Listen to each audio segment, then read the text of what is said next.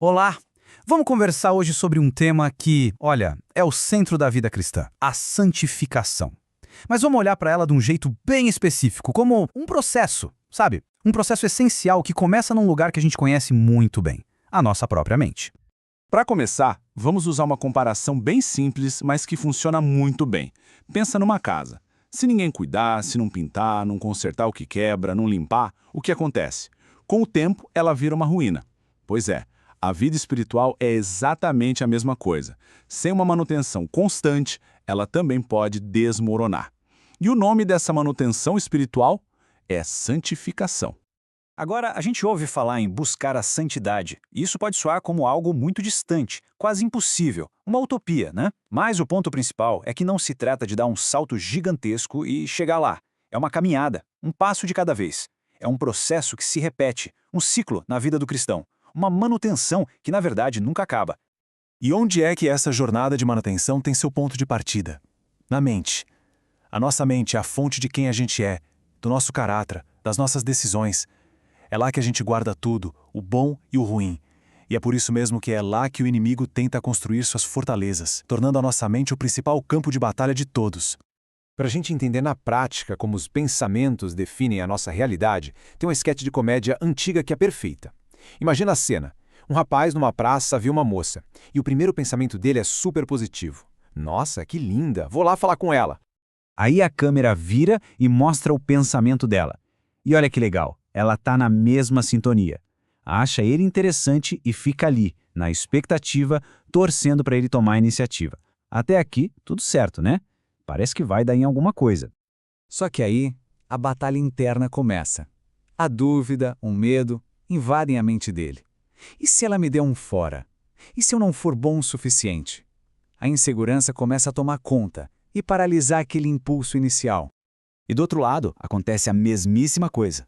O pensamento dela começa a espelhar o dele, numa espiral de negatividade.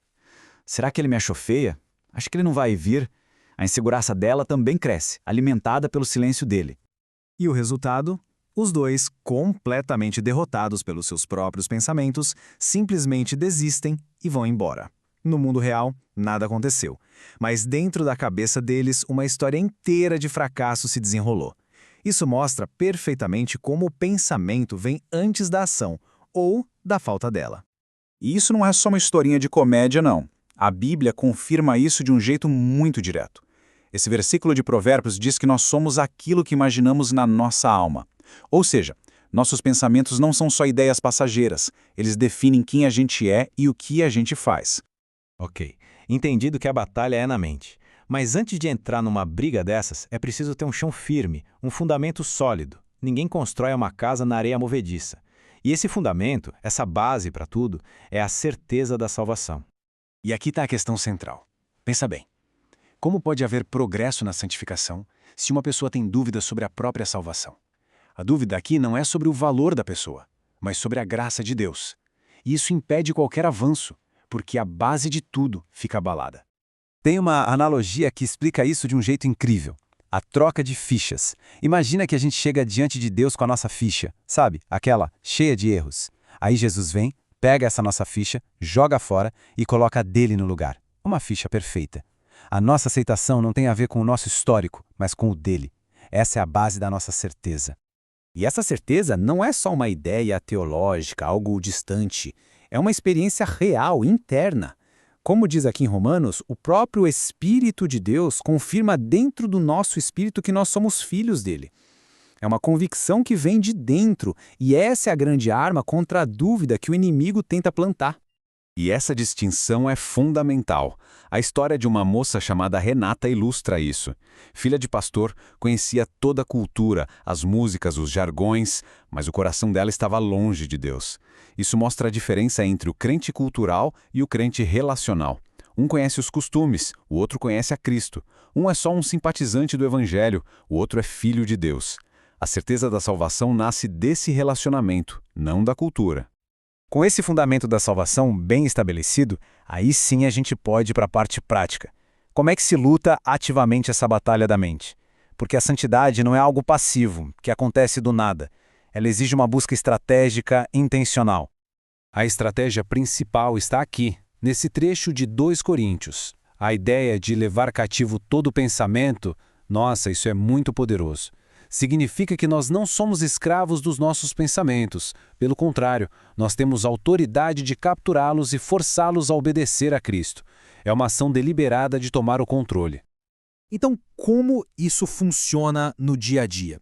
Existem algumas estratégias bem bíblicas. Por exemplo, fazer um acordo com os olhos, como Jó fez para controlar o que a gente permite entrar. Também envolve focar o pensamento nas coisas do alto, não nas coisas daqui da terra. E olha que importante, purificar os motivos da oração, pedindo a Deus por santidade e não só por bênçãos materiais. E claro, o mais crucial, a disciplina de meditar na Bíblia todo dia para encher a mente com a verdade de Deus.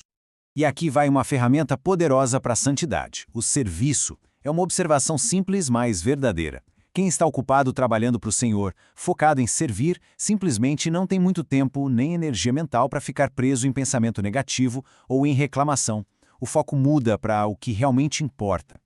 No fim das contas, tudo isso se resume a uma única palavra: intencionalidade. A santificação não acontece por acidente, não é automática. Ela é um resultado de uma decisão diária, de uma busca ativa, de uma intenção clara de alinhar a mente e a vida com a vontade de Deus. Sem essa intenção, simplesmente não acontece. E assim, a nossa conversa termina com uma pergunta. Mas é uma pergunta para reflexão pessoal. Olhando para dentro, para esse campo de batalha da mente, a questão que fica é: o que especificamente precisa ser tratado na jornada de santificação de cada um? Quais são as áreas que exigem essa manutenção intencional? É com essa autoavaliação honesta que a santificação começa de verdade.